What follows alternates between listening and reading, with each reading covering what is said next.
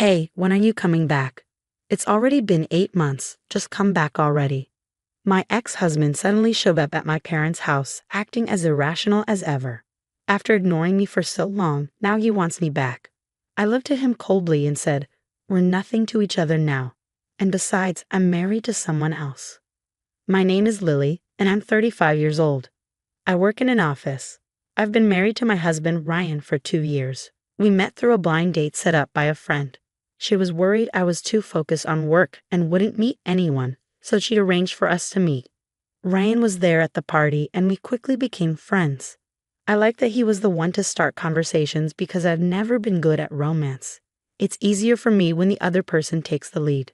Ryan is 2 years younger than me, so we were close in age and had a lot in common. We exchanged numbers and started dating. About a year later, he proposed and we got married.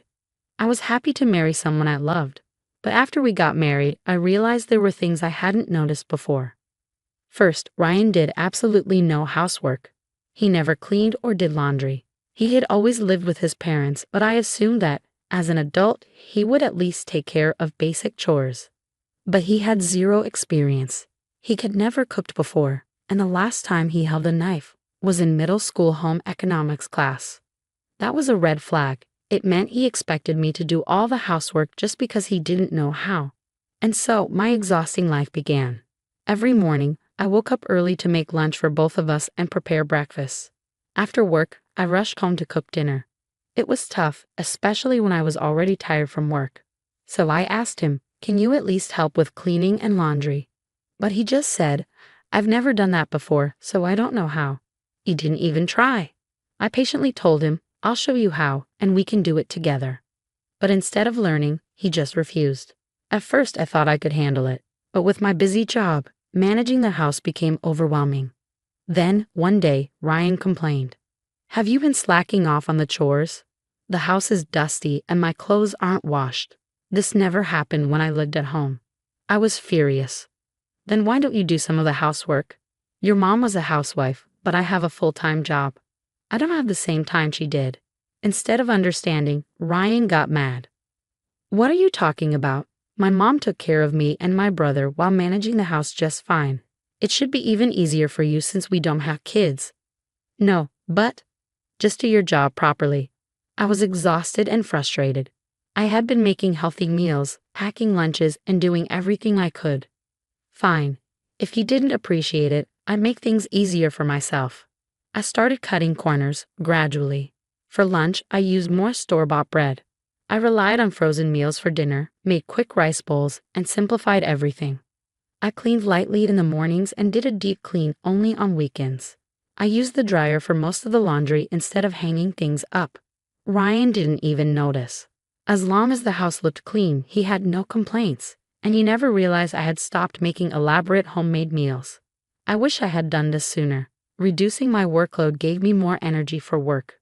For 2 years, we lived like that. But then recently, Ryan started complaining again. It happened while I was taking out the trash. "What's this?" he asked. "What?" He grabbed the trash bag and started pulling things out. "Hey, what are you doing? Did you use this much frozen food?" He held up the packaging. "I told you not to slack off. A proper wife should be cooking real meals for her husband." That was the last straw.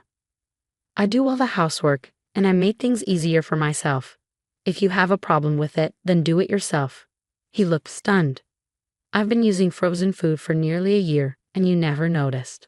That means you were perfectly happy eating it. So don't act like you care now." Ryan had no response. He had never realized the difference. "Shut up. I didn't think you were such a terrible wife. Stop using frozen food from now on," he shouted before stomping off to his office. He was being completely unreasonable, or maybe he just felt the need to be in control all the time. After 2 years of marriage, I realized Ryan was full of useless pride. I was more frustrated with myself for not noticing this before marrying him. From that day forward, I decided I wouldn't let him push me around anymore. If he wasn't going to respect me, I wouldn't go out of my way to please him. Instead of making his lunch, I packed my own homemade meal and left $5 on the table for him. "What the hell is this?" he asked. "I'm tired of your constant complaints, so from now on, just buy your own lunch," I said. Isn't it your duty as a wife to make my lunch? There's no rule that says that. Don't be ridiculous. I won't allow you to slack off on housework. I don't care what you allow.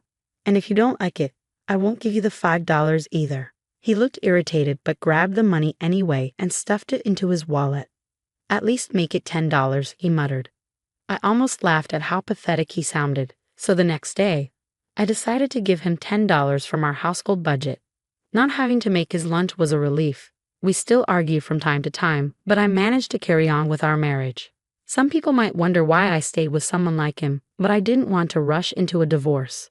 It's easy to leave, but I didn't think it was right to give up on someone I once loved just because we had different values. No couple is a perfect match. I believe that with time, we could learn to compromise and accept each other's differences. That's why I kept going.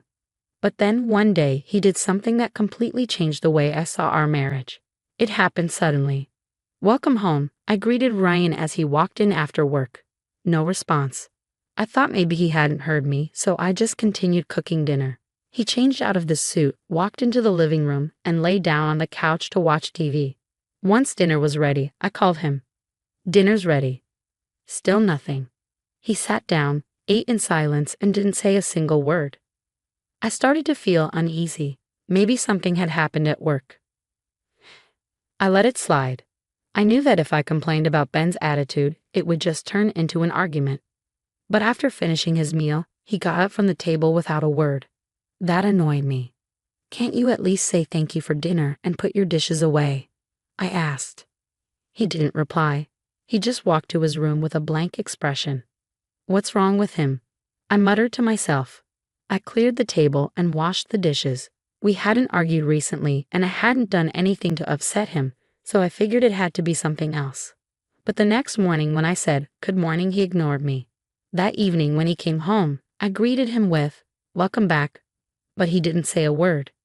Even during dinner, he wouldn't talk to me. This went on for days, and my patience wore thin. "Why are you ignoring me?" I finally snapped. "If something is wrong, just say it. You can't just shut me out like this." Ben didn't even look at me. He just went to his room again. This silent treatment dragged on for a week. I got tired of it and stopped trying to talk to him. Days passed, then weeks. It had been nearly 2 weeks since we had last spoken. At this point, I didn't even know what his problem was. I was so sick of being ignored that I started thinking, why am I even cooking dinner for him? One evening, I simply decided not to cook. When Ben came home, he glanced at the empty dining table. He looked at me for a second, but didn't say anything. Then he grabbed his coat and left. What is this? How long is this going to go on? I started wondering if staying married like this was even possible. That's when I found the divorce papers. They were in a drawer, already signed by Ben. So he's already thinking about divorcing me. Something inside me snapped. Fine. If that's what he wants, I'll just submit them. I signed my part, took the papers to the office, and filed for divorce. Then I packed my things and went back to my parents' house. They were shocked when I showed up with my bags. But when I told them what happened, they were furious at Ben. I settled into my new routine, commuting to work from my parents' house. I never heard from my ex-husband. A week passed, then another. No calls, no messages. I figured he really didn't care. Part of me felt sad, but mostly, I was angry. I'm going to forget about that guy. And so I moved on. 8 months later, something unexpected happened. One afternoon, I heard a knock at the door. Thinking it was a delivery, I opened it without a second thought. There he was. Ben. I froze. He looked at me, his eyes widening in shock before his expression turned into anger. "Hey, when are you coming back? It's been 8 months, so get your ass back here." Is he serious? After ignoring me for so long? I stared at him coldly. "We're strangers now," I said. "What are you talking about? We're married. Stop being ridiculous and come home."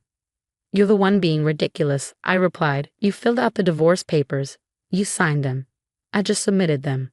His face twisted in disbelief. "What? You actually filed them?" "Of course. Why wouldn't I? You had them ready and signed. That means you wanted a divorce, right?" "It was just to scare you. I wasn't really going to divorce you." I shook my head. If you ignore me for weeks, ruin our marriage, and leave signed divorce papers lying around, how else am I supposed to take it? Ben continued. Well, I listened to my boss's advice. He said that since you always talked back, the only way to get you to listen was to completely ignore you and wait for you to come around. Then he suggested I confront you with the divorce papers, and that would make you apologize. I was disgusted. Your boss sounds terrible. How's his marriage going? His wife and kids left him recently. Of course they did. And don't you think you deserve a divorce after doing the same thing? Ben looked uncomfortable, but he was still stubborn. You'll be the one who struggles now that we're apart. You're older, and with a divorce on your record, no one will want to marry you. So why don't you come back to me? I'll make an exception for you. You don't want to be lonely, do you? Stop being stubborn and come back. I sighed and shook my head. I'm married to someone else. Ben's eyes widened in disbelief. Do you really think I'll fall for that? You're a terrible liar. I'm not lying, I replied. Want proof? I went to the bedroom and woke up my husband. He came to the door, still sleepy. When he saw Ben, his eyes widened. This is my husband. Ben was stunned. Wait, you're Lily's ex-husband. It's been a while. What do you want? Did you really remarry this man? Ben asked. That's exactly what I said. You were childhood friends, right? After my divorce, he supported me and we grew closer. We got married because we knew each other so well. Ben seemed shocked. Oh no. What are you doing here so early on a weekend? I asked. Ben stuttered. Well, now you know. I'm starting a new life. If you don't leave now, I'll have my husband call the police. Oh, I don't want that, Ben said quickly, rushing to leave. Then get out of here, I shouted, and he hurried away. My husband, my childhood friend, is a police officer. We grew up together, and when I got divorced, he came to comfort me. He told me I was his first love and had always had feelings for me. We ended up getting married because we knew each other so well. Now we're living happily together, and I'm pregnant. We're excited to welcome our baby into this new chapter of our lives.